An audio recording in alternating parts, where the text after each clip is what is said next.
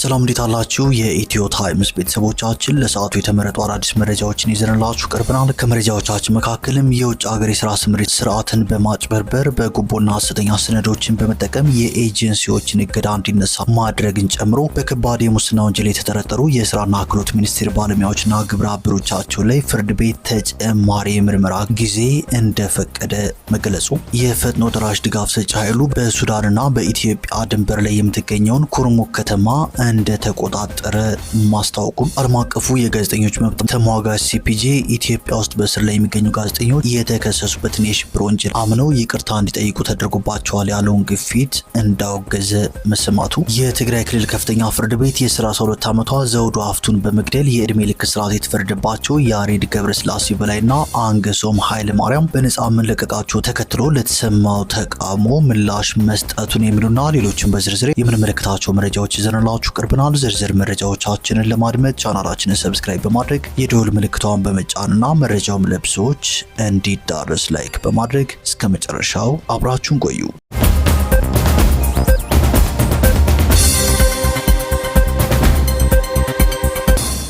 ወደ መጀመሪያው መረጃችን ስናልፍ የፈጥኖ ደራሽ ድጋፍ ሰጪ ኃይሉ በሱዳንና በኢትዮጵያ ድንበር ላይ የምትገኘውን ኩርሙክ ከተማ እንደተቆጣጠረ አስታውቀዋል። በሱዳን ፈጥኖ ደራሽ ድጋፍ ሰጪ ኃይሎች ከሱዳን ጦር ጋር ባደረገው ከባድ ውጊያ በብሉ ናይል ክልል የሚገኘውንና ስትራቴጂካዊ ጠቀሜታ ያላትንና ከኢትዮጵያ ጋር የድንበር ከተማ የሆነችውን ኩርሙክን በትናንትናው ዕለት ሙሉ በሙሉ መቆጣጠሩን አስታውቋል። የጦር ሰራዊቱ በበኩሉ ቦታውን ለቆ የወጣውን በተከታታይ ለ3 ቀናት ያክል ከኢትዮጵያ በድሮና በከባድ መሳሪያ ስለተደበደብኩ ነው ብሏል። የቡድኑ ቃል አቀባይ ባወጣው መግለጫ ላይ የአርኤስኤፍ ታጣቂዎች ከሱዳን ጦር ጋር ያደረጉትን ከባድ ውጊያ ተከትሎ ከተማዋን መቆጣጠራቸውን፣ በርካታ የጦር መሳሪያዎችንና ጥይቶችን መማረካቸውን ገልጿል። የወታደራዊ ምንጮችና የአካባቢው አስተዳደር እንደገለጹት ከሆነ ደግሞ የሱዳን ጦር ከተማዋን ለቆ ለመውጣት የተገደደው ከኢትዮጵያ ግዛት ውስጥ ለ3 ቀናት ያክል በተከታታይ በተቃጡ የረዥም ርቀት ድሮኖችና የከባድ መሳሪያ ድብደባዎች ምክንያት መሆኑን ሱዳን ትሪቡን ዘግቧል። ፈጥኖ ደራሽ ድጋፍ ሰጪ ኃይሉ የኩርሙክን ከተማ የተቆጣጠረው ከ2 ቀናት በፊት በብሉ ናይል ክልል በከፈተው ሰፊ ጥቃት ሌላኛዋን ቁልፍ የድንበር ከተማ ቄሳን ከተቆጣጠረ በኋላ ነው። የሱዳን ጦር በቅርቡ በዚሁ አካባቢ የተቃጣበትን ጥቃት መመከቱን ማስታወቁም አይዘነጋም። ከብሉ ናይል ክልል ዋና ከተማ ኤድዳማዚን በ136 ኪሎ ሜትር ርቀት ላይ የምትገኘው ኩርሙክ ወደ ኢትዮጵያ የሚያስኬድ ትልቅ የድንበር ማቋረጫና የወታደራዊ አቅርቦት መስመር በመሆኗ በሁለቱም ወገኖች ዘንድ ከፍተኛ ስትራቴጂካዊ ቦታ እንደሆነችና ተፈላጊነቷም በዛው ልክ እንደሆነ በዘገባው ተካቷል። ወደ ቀጣዩ መረጃችን ስናልፍ የትግራይ ክልል ከፍተኛ ፍርድ ቤት የ32 ዓመቷ ዘውዱ ሀፍቱን በመግደል የዕድሜ ልክ እስራት የተፈረደባቸው ያሬድ ገብረስላሴ በላይና አንገሶም ኃይለ ማርያም በነጻ መለቀቃቸውን ተከትሎ ለተሰማው ተቃውሞ ምላሽ ሰጥቷል። ተቃውሞውን ያሰሙትም 9 የሴቶች መብትና የፍትህ ጉዳይ ላይ የሚሰሩ ሲቪል ማህበራት ናቸው። ዘውዱ ነሐሴ 2015 ዓ.ም በመቀሌ ከተማ ከጓደኛዋ ሰምሃል ገብረ እግዚአብሔር ጋር በመንገድ ላይ ያለች አንድ ተሽከርካሪ አጠገባቸው ይደርሳል። ዘውዱ ተሽከርካሪ ውስጥ ካሉ ሰዎች ጾታዊ ጥቃት ይፈጸምባታል። ይህን ድርጊት ለመቃወም ብትሞክርም ሊለቋት ፈቃደኛ አልሆኑም። በኋላም በያዙት ተሽከርካሪ ገጭተው እንደገደሏት ነው የተገለጸው። በዚህ ጉዳይ ያሬድ ገብረስላሴ በላይና አንገሶም ኃይለ ማርያም ዘውዱ ሀፍቱ ላይ ግድያ ፈጽመዋል በሚል ሐምሌ 11 ቀን 2017 ዓ.ም የመቀሌ ማዕከላዊ ፍርድ ቤት የዕድሜ ልክ እስራት ፈርዶባቸው ነበር። ነገር ግን ከዘውዱ ሀፍቱ ግድያ ጋር በተያያዘ ሁለቱም ፍርደኞች ላይ የተላለፈው የዕድሜ ልክ እስራት የጥፋተኝነት ውሳኔን ለመለወጥ የሚያስችል አዲስ ማስረጃ ሳይቀርብ በነጻ መለቀቃቸው ተሰምቷል። ይህ ሁኔታም ከፍተኛ ቁጣን ቀስቅሷል። የተቀሰቀሰውን ቁጣ ተከትሎም የትግራይ ክልል ከፍተኛ ፍርድ ቤት ምላሽ ሰጥቷል። የትግራይ ክልል ከፍተኛ ፍርድ ቤት በዘውዱ ሀፍቱ ጉዳይ ላይ የቀረቡለትን ሰነዶችና ማስረጃዎች በመመርመር ነጻና ገለልተኛ ውሳኔ መስጠቱን አስታውቋል። ፍርድ ቤቱ በሰበር ሰሚ ችሎት መቅረብ የሚገባቸው ማስረጃዎች እንዲቀርቡ በተደጋጋሚ ትዕዛዝ መስጠቱንና እድል መስጠቱን ገልጿል።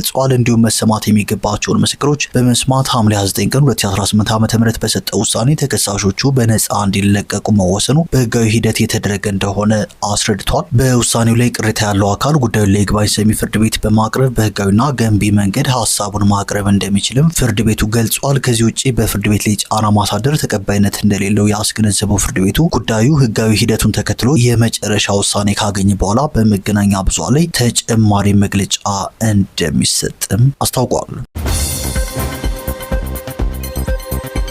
ወደ ቀጣዩ መረጃችን ስናልፍ ዓለም አቀፉ የጋዜጠኞች መብት ተሟጋች ቡድን ሲፒጄ ኢትዮጵያ ውስጥ በእስር ላይ የሚገኙ ጋዜጠኞች የተከሰሱበትን የሽብር ወንጀል አምነው ይቅርታ እንዲጠይቁ ተደርጎባቸዋል ያለውን ግፊት አውግዟል። ለጋዜጠኞች መብት የሚሟግተው ተቋም የኢትዮጵያ ባለስልጣናት ላለፉት 3 ዓመታት ፍትህን እየጠበቁ በእስር ቤት የሚገኙትን 5 ጋዜጠኞች ነፃነታቸውን ለማግኘት በግጭት ውስጥ ተሳትፎ እንደነበራቸው አምነው ይቅርታ እንዲጠይቁ ከማስገደድ ይልቅ በአስቸኳይ እንዲለቀቁ ትናንት ባወጣው መግለጫ ለኢትዮጵያ ባለስልጣናት ጥሪውን አቅርቧል። በአማራ ክልል በተቀሰቀሰው አለመረጋጋት ላይ በሰሯቸው ዘገባዎች ምክንያት 5ቱ ጋዜጠኞች የሽብርተኝነት ክስ ተመስርቶባቸው የታሰሩት ከ3 ዓመታት ገደማ በፊት እንደነበር ተቋሙ አስታውሷል። የጋዜጠኛ ጎበዜ ሲሳይ፣ መስከረም አበራ፣ ገነት አስማማው፣ ዳዊት በጋሻውና አባይ ዘውዱ ጠበቃ የሆኑት ሰለሞን ገዛኸኝ ለሲፒጄ እንደገለጹት እስረኞቹ የተጠየቁትን ራሳቸው ወንጀለኛ የሚያደርግ የይቅርታ ደብዳቤ አንጽፍም ብለዋል። አክለውን ጠበቃው የእስር ቤት ኃላፊዎች ደንበኞቻቸው በጋዜጠኝነት መስራት እናቆማለን የሚል ቃል ገብተው ጭምር የተባለውን ደብዳቤ እንዲጽፉ እንዳስፈራሯቸውና ከሌሎች እስረኞች እንደነጠሏቸው መግለጻቸው ተጠቅሷል። እነዚህ 5 ጋዜጠኞች ለዓመታት እስር ቤት ካቆዩና ፍርዳቸውን ካዘገዩ በኋላ የኢትዮጵያ ባለስልጣናት አሁን አስገድደው በፍርድ ቤት አልፈጸምንም ያሏቸውን ወንጀሎች ጭምር እንዲያምኑ ግፊት ያደርጋሉ ያሉት ሲፒጄ የአፍሪካ ፕሮግራም አስተባባሪ ሙቶ ኪሞሞ የጋዜጠኞችን ስም ዘርዝረው ባለስልጣናቱ እነሱን ለማዋረድና ለማታለል ያደርጋሉ ያሉትን ጥረት በማውገዝ እንዲለቀቁና የጋዜጠኝነት ስራቸውን እንዲሰሩም ጠይቀዋል። ሲፒጄ አያይዞም 300 ፖለቲከኞች፣ ጋዜጠኞችና ሌሎች በአማራ ክልል ካለው ግጭት ጋር በተገናኘ በሽብር ወንጀሎች የተከሰሱ የይቅርታ ደብዳቤ እንዲፈርሙ መጠየቃቸውንም መገናኛ ብዙሃን መዘገባቸውን ጠቅሰዋል።